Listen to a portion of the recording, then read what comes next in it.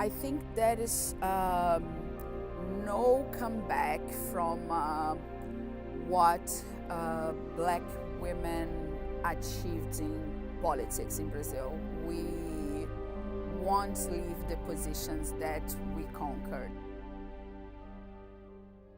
My name is Lais de Souza. I'm 40 years old. I'm a journalist from Brazil and had a master's in feminist and gender studies from Ottawa. And I'm studying black women in politics in Brazil, especially the case of Marielle Franco. Brazil is a country that has the majority of black people outside Africa. And so black people in Brazil are about 55% of the population, but the representation in the legislative and the executive powers are about less than 8%. And for women is even less. So in the last years, we've been seeing a surge in black candidacies, especially from women. And we need to support each other, and we are trying from grassroots organizations and also political parties to fuel these people who want to run for a seat in the Congress or even for mayor, governor, and so on.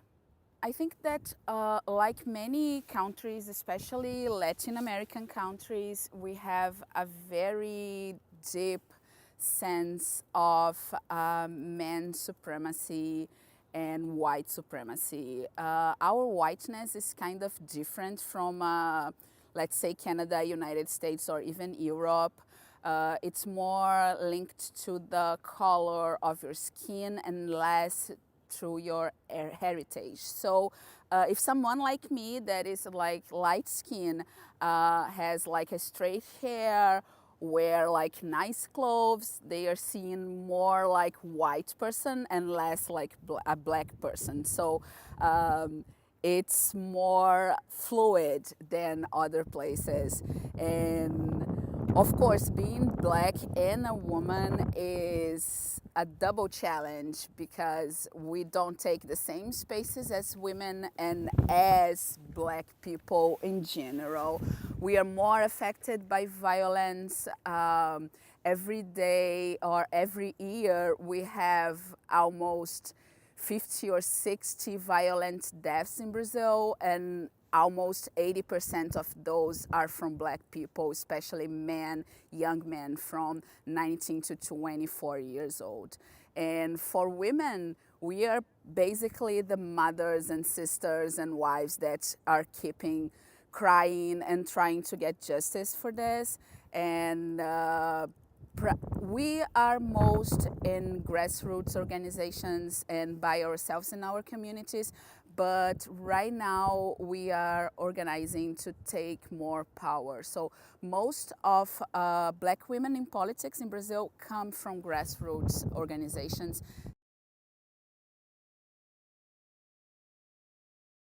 In Rio, I was much more as a person in the crowd, like gathering information and participating in movements and encounters and gatherings and pressuring the public, pressuring the power and the government to make things change, especially regarding violence that is really, really urgent matter in Brazil. And trying always to vote and fight for democracy and the importance of vote and have different people in power. So especially when we had the impeachment for President Dilma Rousseff, that was really fueled by misogynistic ideas and less than corruption, as they used to tell us that she was corrupted and everything, but it was much more like she was not doing the game and was a woman who was powerful and wasn't ashamed to say that she was the boss. So this was like the fuel for her impeachment. And this was really a moment where women get together to say no to this violence. Unfortunately, she got impeached, but after that, there was no comeback. It was in 2016. And after that, we start to organize and try to run for elections. And so in Rio, I was much more like someone just participating, less than organizing. And organizing like small things in my community. I come from a poor neighborhood in Rio, so we are organizing things around public transportation and social security and rights, and all these changes that we had in the city for the Olympics in 2016 were really hard in these poor neighborhoods. So I organize with more friends to have our rights listened to. And so after this moment of organization, I start to think about studying more and get more information and background to help me act as a social organizer, as a community organizer, not just from my experience, but also from knowledge. And I decided to study something related to social sciences, and I was looking for something in Brazil. I left school 12 years before, and suddenly I have a cousin that studies in Canada, and she told me about the program here, and I decided to apply, and I was accepted. It was kind of unreal, and then I came here in 2018. And it was an eye open when I walked around the university and through some events. I see how much people didn't know anything about Latin America and Brazil and the situations beyond what is said by media, by traditional media. So I saw how it was important for me to be here telling these things, and how it was important for me to get in contact with other people from Canada, from other countries, from countries in Africa, from Latin America too, people in Colombia that are going through the similar issues we have in Brazil. So that's why I made this transition from leaving Brazil, coming to Canada to study. So when I arrived here in Canada, I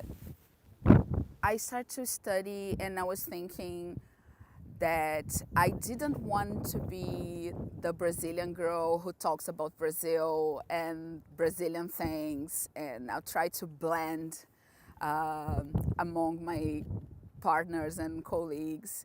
And suddenly a professor told me if it wasn't me to talk about these things, who would do it?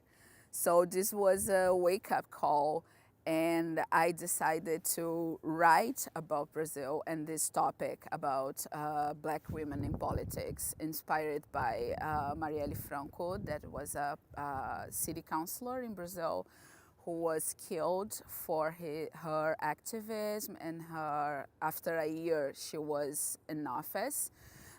She was a human rights activist and women's and gender equality and racial issues, and she was working towards more equal society in Rio, and we believe that this was one of the reasons she got killed. We still don't know what happened.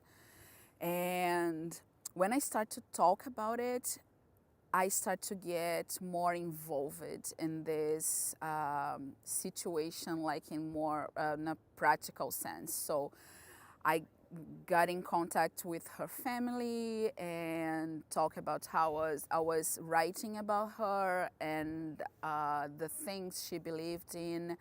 And her family founded an institute, and I'm working with them, talking about Marielle, especially in social media and in academic events here in Canada.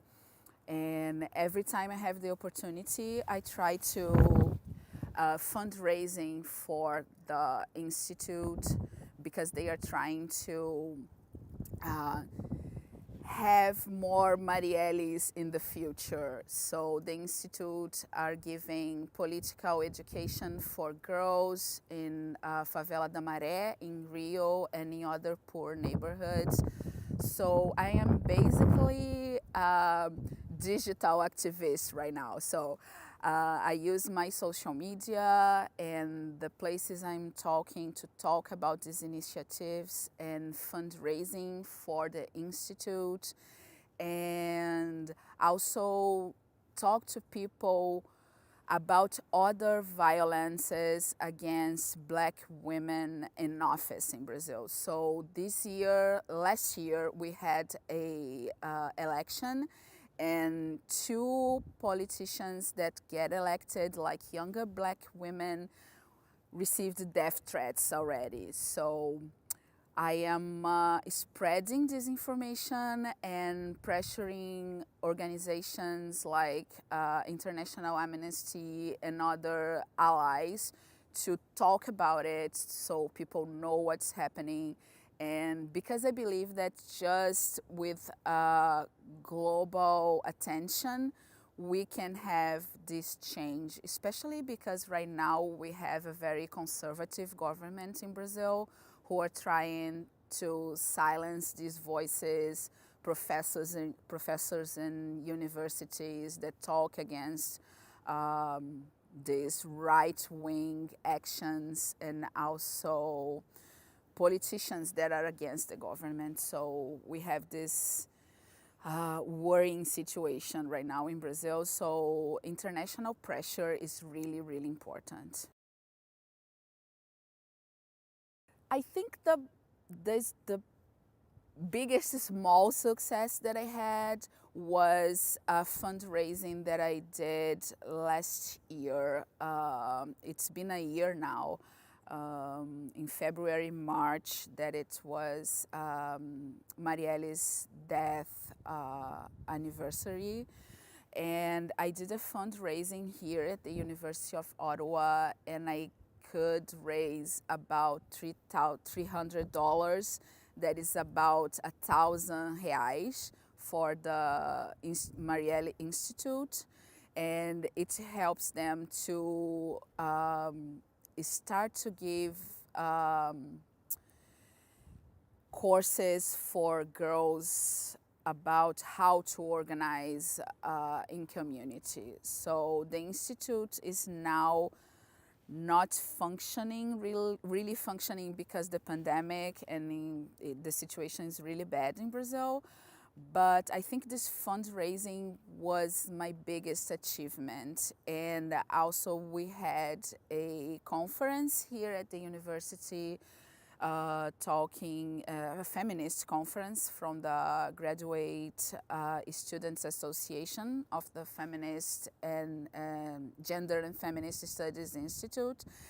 And I was one of the speakers about Marielle and her legacy, and it gathers great attention to all the situation, and more people are talking about it. And this is, I think, information is a really important weapon in these days, that everyone can talk about anything to anyone. And for the future, I think what I'm trying to do is take everything that Marielle talked in the city council and also in some gatherings, and put it on a website in English. We had already some Argentinian publisher that had a book of her speeches in Spanish, but I'm trying to go from a website with everything that she talked about, some footages and written speeches, so people can know more about her and about what's happening. The Marielle Institute has some information in English, so I'm trying also to give more visibility to the Institute and their website. I think right now the biggest challenge is think that it would be hard for me to go to Brazil, even when the pandemic has eased a little bit, because the political situation is not welcoming. So right now I'm really afraid. I had some people talking to me on Twitter, calling me names and telling that I abandoned the country and now I'm talking about the country, things that are not flattering, that are lies, and that are not important things, that I am a communist and things like that. So I think this is the biggest challenge. We have a large amount of population that condemn the president's actuation and all this right-wing orientation. So it's really heated up right now. So I am not as close as I didn't suffer as close as other people have been suffering, people with more visibility who receive like death threats and things like that.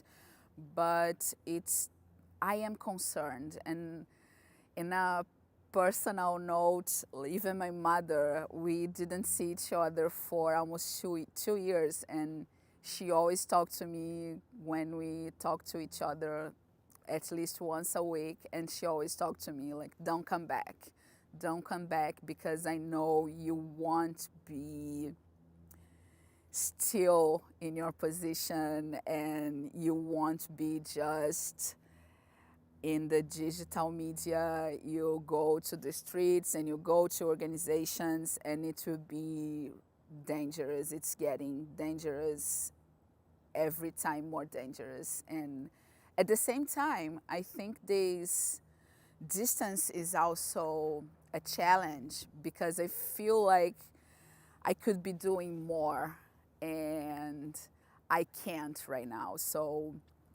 it's a conflict to being here, trying to show all these happenings there to other audiences, but also not being there and doing something concrete on the grounds, on the streets, and with the organizations is also something that makes me kind of sad and really frustrated sometimes. Each year, each election, we have more women running for seats. So in this last election in 2020, just in Rio, we had at least 3 city councilors that were women and black.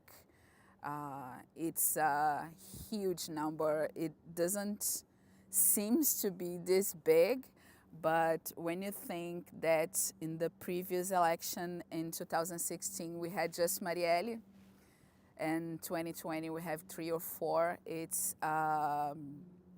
we are taking space. So we want to come back, we want to leave these spaces. So I think this is what I want for the future. More people taking these spaces so we can stop talking about it. This stop to be news like, oh my God, we had this amount of black people or black women getting elected. It shouldn't be like that. This should be something that is routine, and people who are really close to their roots, to their communities, and working for their communities. And I think this will happen. I am a really optimistic person, and I think when we write and study about social justice, I think being optimistic is something that we have in common, because it's the only way we can believe that we can make things change. If you don't have certain amount of optimism and hope, you are dead. You won't be able to achieve anything. And the power of hope is huge, and I've always taken it for granted, or something that is just not important, but I think it's the first step for any work like that towards social justice. I don't know how long it will take for us to be there in this moment where Black women taking spaces won't make the headlines anymore.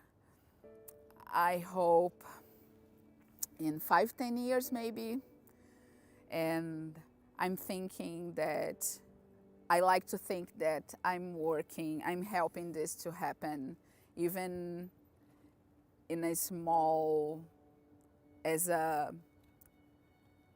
like a drop in the ocean, and with each drop we can achieve everything. So my goals with my work is bring more people to this fight, make people know about it and know how important it is, and vote and find people they believe in and be together, be with these people, not just vote and forget about it, but be with the people you elected and stay with them, remember then what they say to you, and that's how things change in democracy, when you vote and you are really close to your representative.